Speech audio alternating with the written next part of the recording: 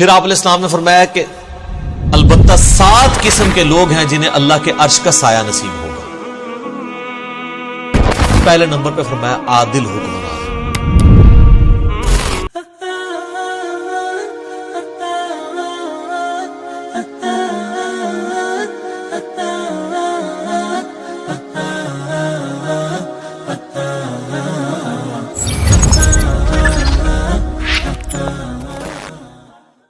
قیامت کے دن کی جو سختیاں ہیں نا، سورہ الحج کے سٹارٹ میں آتا ہے نا، اعوذ باللہ من الشیطان الرجیم بسم اللہ الرحمن الرحیم، پارہ نمبر 17 ہے نا جی.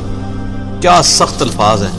قیامت کے دن کے بارے میں اتنے سخت الفاظ اور کسی صورت میں نہیں آئے. یا ایھا الناس اتقوا ربکم، اے لوگو ڈر جاؤ اس اللہ سے، اپنے رب سے. ان زلزلۃ الساعۃ شیء عظیم، بے شک قیامت کا زلزلہ بہت بڑی چیز ہے.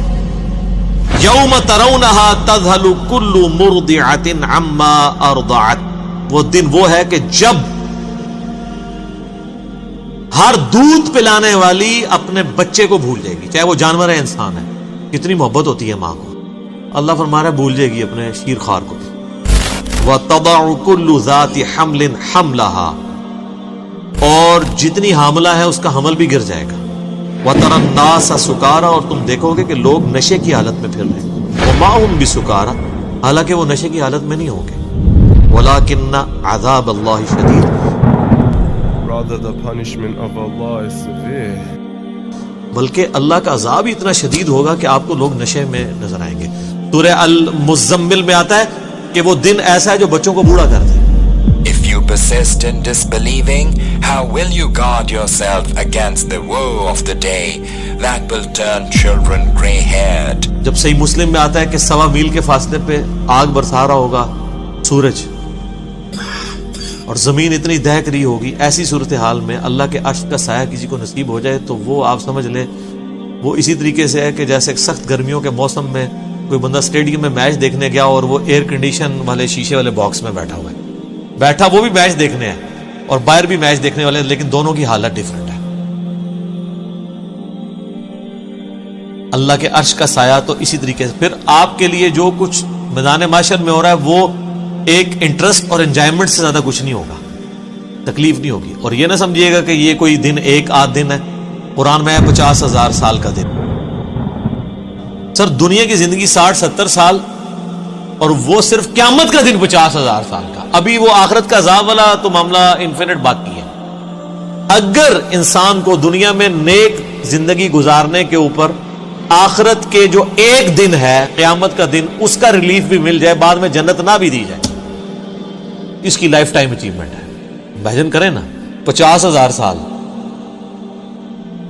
یا تو 50 منٹ نہیں کوئی عذاب برداشت کر سکتا. لوگ کہنے کو تو کہہ دیتے ہیں، لیکن اگر کسی کو فزیکلی مثال دی جائے نا کہ فجر چھوڑنے پہ اگر تمہیں ایک 10 فٹ بائی 10 فٹ کے کمرے میں بند کیا جائے جس میں 1000 کوبرا سانپ، 1000 بچھو ہوں، اور اس کمرے کا ٹیمپریچر بھی جو ہے وہ 60 ڈگری سینٹی گریڈ تک کر دیا جائے، وہ قیامت کو تو چھوڑ دیں. بخاری مسلم میں حدیث ہے کہ دنیا کی آگ سے 70 گنا زیادہ وہ تیز ہے. تو یہاں کوئی امیجن نہیں کرے گا کہ ایک کمرہ، اتنے سانپ، اتنے بچھو. اور یہ دنیا کے بچھو سانپ تو آپ مار بھی سکتے ہیں، آخرت کے تو آپ مار بھی نہیں سکتے، ان کو تو موت بھی نہیں آئے گی. ادھر آپ خود بھی اپنے آپ کو نہیں مار سکتے. ثم لا يموت فيها ولا يحيى، نہ تو پھر زندوں میں ہوگا نہ مردوں میں. تو ایسی صورتحال میں اگر اللہ کے عرش کا سایہ نصیب ہو جائے تو بہت بڑی کامیابی ہے. بخاری اور مسلم میں حدیث ہے کہ قیامت والے دن اللہ کے سائے کے سوا کوئی سایہ نہیں ہوگا. محدثین نے اس کی تعویل کی ہے کہ اللہ کے سائے سے مراد اللہ کے عرش کا سایہ ہے. تو پھر آپ علیہ السلام نے فرمایا کہ البتہ 7 قسم کے لوگ ہیں جنہیں اللہ کے عرش کا سایہ نصیب ہوگا. پہلے نمبر پہ فرمایا عادل حکمران. اللہ نے اپنے اوپر اپنی توحید کے اوپر گواہ کیا ہے انصاف کرنے والوں کو. وَأُولُو الْعِلْمِ قَائِمًا بِالْقِسْطِ، اہل علم جو انصاف پہ قائم لوگ ہیں. عادل حکمران. چلیں ہم تو اس کیٹیگری میں حکمرانی والے معاملے میں نہیں، لیکن اس کی آپ کورالریز بنائیں گے کہ آپ اگر کسی ایک علاقے کے اوپر آپ کی چھوٹی سی حکمرانی ہے، کونسلر ہے یا ایم این ہے، تو آپ اپنے اس کے اوپر اگر عدل کرنے والے ہیں، البتہ جج جو ہے نا وہ اس کو پریکٹس کر سکتا ہے کہ وہ انصاف کرے تو قیامت الدین اللہ کے عرش کا سایہ حاصل کر لے۔ دوسرا فرمایا کہ وہ شخص جس نے جوانی میں عبادت کر لی، توبہ کی روش اختیار کر لی، در جوانی توبہ کردن شیوہ پیغمبری، بڑھاپے میں تو شیر بھی شکار کرنا چھوڑ دیتا ہے، وہ لوگوں کا بچا ہوا شکار کرتا ہے، جوانی کے اندر عبادت کرنا یہ مشکل کام ہے، کیونکہ ماں کہتی ہے میں دودھ نہیں بخشاں گی، باپ کہتا ہے جی تو جوانی کی روک لا لے، داڑھی رکھ لے، کہتے ہیں روک لگا لی ہے، کوئی عورت پردہ شروع کر دے تو اس کو ڈرایا جاتا ہے کہ تجھے رشتہ نہیں ملے گا، اچھا کیا دنیا میں اس طرح تو گزارا کرے گی؟ جوانی میں جو روش اختیار کرے توبہ۔ تیسرا فرمایا کہ ایسا شخص جس کا دل مسجد میں اٹک رہا ہو، ایسا اٹکے کہ وہ یعنی مسجد سے نکلے تو گویا جس کو کہتے ہیں نا مچھلی پانی سے نکل آئی ہے، دوبارہ مسجد میں جانے کی کوشش کرے۔ وہ تو بخاری مسلم میں حدیث ہے کہ جو شخص نماز کے انتظار میں بیٹھا ہوتا ہے وہ بھی نماز کے اندر شمار ہوتا ہے، حالانکہ بیٹھا انتظار میں۔ تو مسجد میں جس کا دل اٹک رہا ہو تو اس کو بھی اللہ کے عرش کا سایہ نصیب ہے انشاءاللہ۔ چوتھا وہ شخص جو اکیلے میں بیٹھ کے اللہ کو یاد کرے اور اس کی آنکھوں سے آنسو نکلے، اللہ کے خوف کی وجہ سے، اس کی محبت کی وجہ سے، کسی کے سامنے نہیں۔ کسی کے سامنے تو ماشاءاللہ آپ دیکھ رہے ہیں کئی علماء ٹی وی پہ آ کے رو رو کے دعائیں کرواتے ہیں، تو اللہ نہ کرے کہ کبھی ایسی نوعیت آئے کہ ہمیں کسی کے سامنے اس طرح رونا پڑے۔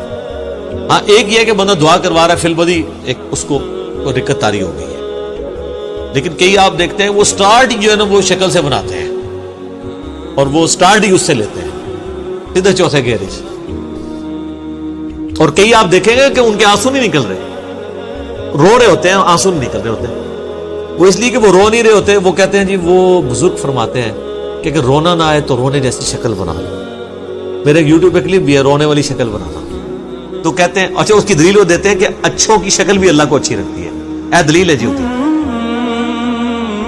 پھر ان کو وہ ساری باتیں بھول جاتی ہیں کہ آپ نے ریاکاری نہیں کرنی، ایکٹنگ نہیں کرنی، منافقت نہیں کرنی۔ یہ رونے والی شکل آپ ضرور بنائیں لیکن اکیلے میں بیٹھ کے۔ پبلک کے سامنے جب آپ رونے والی شکل بنائیں گے اور آپ کو رونا نہیں آ رہا تو آپ کے اوپر منافقت کا فتویٰ لگے گا سیدھا سیدھا۔ ہم نہیں لگاتے، آپ خود لگا لیں اپنے۔ تو چوتھا وہ شخص جو اکیلے میں اللہ کو یاد کرے اور اس کی آنکھوں سے آنسو گرے۔ پانچواں وہ شخص کہ جسے کوئی اعلیٰ نسب والی عورت برائی کی طرف مائل کرے اور وہ اللہ کے خوف سے رک جائے اور وہ کہے کہ میں اللہ سے ڈرتا ہوں، میں یہ کام نہیں کروں، اسے بھی قیامت والے دن اللہ کے عرش کا سایہ نصیب ہوگا۔ اور چھٹا وہ شخص کہ جو اللہ کی محبت کی وجہ سے کسی کے ساتھ دوستی رکھے۔ اچھا اس میں بڑے پیارے الفاظ ہیں، وہ جب بھی اس کو ملے اللہ کی محبت کی وجہ سے ملے، اور جب بھی وہ آپس میں اکٹھے ہوں تو اللہ کی محبت پر اکٹھے ہوں، اور جب بھی جدا ہوں اللہ کی محبت پہ جدا ہوں۔ جس طرح میں سمجھتا ہوں میرے ساتھ جتنے لوگ اٹیچ ہیں، ہم جب کبھی بھی اکٹھے ہوتے ہیں اللہ کے لیے اکٹھے ہو رہے ہوتے ہیں۔ اس کیٹیگری میں نے تو اللہ کے شکر میں امید کرتا ہوں کہ میں بھی اپنے بھائیوں سے، یہ میرے بھائی جو مجھ سے دوسرے شہروں سے بھی ملنے آتے ہیں نا، وہ فقط اللہ کے لیے ملنے آتے ہیں۔ تو اس کیٹیگری میں تو ہم فال کر سکتے ہیں بڑی آسانی کے ساتھ کہ جب بھی وہ اکٹھے ہوں تو اللہ کی محبت کی وجہ سے ہو۔ ذرا میرے ساتھ کسی کو کوئی منفعت تو نہیں ہے، نہ مجھے کسی سے کچھ چندہ لینا ہے، میرے ساتھ جو لوگ بھی آتے ہیں وہ اس لیے آتے ہیں کہ اللہ کی وجہ سے وہ محبت رکھتے ہیں۔ تو یہ کیٹیگری آسان ہے جی، انشاءاللہ ہم بھی اپنا ایک کیٹیگری میں ہم فال کر سکتے ہیں بڑی آسانی کے، اس کے علاوہ بھی کر سکتے ہیں محنت کرنے سے۔ بہرحال میں نہیں کہتا کہ ہم پہ کوئی ایسا امتحان آئے کہ کسی عورت کے فتنے سے ہمیں گزرنا پڑے، ٹھیک ہے، اس کے بغیر ہی جو ہے نا وہ ہم اللہ تعالیٰ اس بغیر حساب و کتاب کی جنت میں داخلہ عطا فرمائے، 70,000 لوگوں میں شامل فرمائے۔ تو اللہ کے لیے جمع ہو اللہ کی محبت پہ، اور جب جدا ہوں تب بھی اللہ کی محبت پہ، اللہ کی باتیں کرتے ہوئے اکٹھے ہوں، جدا ہوتے وقت بھی اللہ کی محبت پہ جدا ہوں۔ اچھا یہ واحد وہ بات ہے جس کے اوپر نبی علیہ السلام نے تفصیلی گفتگو کی ہے۔ یہ 7 لوگوں کو جو عرش کا سایہ نصیب ہونا ہے نا، باقی سب اجمالاً ہے، عادل حکمران، دیٹس آل، اس کی کوئی آگے تفصیلات نہیں بیان کی۔ اکیلے میں بیٹھ کے روئے آنسو آ جائیں، کوئی تفصیلات بیان نہیں کی۔ یہ واحد موقع ہے جہاں آپ علیہ السلام نے ڈیٹیل بات کی کہ جو لوگ اللہ کی محبت پر اکٹھے ہوں، جب بھی ملے تو اللہ کی محبت پہ اکٹھے ہوں، اور جب جدا ہوں تو اللہ کی محبت پہ۔ وہ تو مسلم شریف میں حدیث ہے نا کہ ایک شخص اللہ کے لیے کسی دوسرے شخص کو ملنے جا رہا تھا تو انسانی شکل میں ایک فرشتہ نازل ہوا۔ اس نے کہا کدھر جا رہے ہو؟ ان کا فلاں شخص کو ملنے۔ کیوں؟ رشتہ دار ہے؟ نہیں۔ اور کوئی منفعت؟ نہیں۔ کیوں؟ اللہ کے لیے، میں صرف اللہ کے لیے اس سے محبت کرتا ہوں۔ تو فرشتہ کہنے لگا مجھے اللہ نے بھیجا ہے کہ اس کو جا کے خوشخبری تمہیں سنا دوں کہ اللہ بھی تم سے محبت کرتا۔ آج کیا بات! ہمارا اللہ سے محبت کرنا یہ چھوٹی چیز ہے، اللہ کا ہم سے محبت کرنا یہ بڑی چیز ہے۔ وہ جو مولا علی کے لیے کہتا ہوں نا، وہ جو غزوہ خیبر والی حدیث ہے بخاری مسلم کی، کل اس شخص کے ہاتھ میں جھنڈا دوں گا جو اللہ اور اس کے رسول سے محبت کرتا ہے، اور اللہ اس کا رسول اس سے محبت کرتا ہے۔ دیکھیں اللہ رسول سے محبت کرنے والے اس وقت بھی اللہ کے فضل سے کروڑوں میں، لیکن آپ مجھے کسی ایک پہ انگلی رکھ کے کیا گارنٹی سے کہہ سکتے ہیں کہ اس سے اللہ اور اس کا رسول بھی محبت کرتے ہیں؟ صرف اس نے ظاہر نہیں رکھ سکتے، لیکن میں کئی لوگوں کے بارے میں گارنٹی دے سکتا ہوں کہ وہ اللہ اس کے رسول سے محبت کرتے ہیں، واقعی کرتے ہیں، چاہے ان کے نفس میں سستی بھی ہو۔ یہ کمال نہیں ہے، کمال یہ ہے کہ ادھر سے بھی محبت ہے، ایک طرف سے نہ محبت چلتی رہی۔ تو 6 بندے ہو گئے تھے، اور 7واں یہ ہے کہ جو دائیں ہاتھ سے صدقہ کرے اور بائیں کو خبر دے۔ اچھا یہ بھی آسان کام، کوئی مشکل کام، کسی بھی غریب کی مدد کی جائے۔ ابھی یہ جو کورونا کے دن چل رہے ہیں، آپ دیکھیں کئی لوگوں کے کاروبار اجڑ گئے ہیں، ان کے لیے بیسک نیڈز کو میٹ کرنا مشکل ہو گیا، تو آپ اگر ان کے لیے مدد کر سکتے ہیں۔ لیکن یہ ہے کہ اپنے اپنے رشتہ دار، اپنے اپنے جو قریبی محلے دار ہیں، ہر بندے نے اس کو دیکھنا ہے، وہ اس کی ذمہ داری ہے۔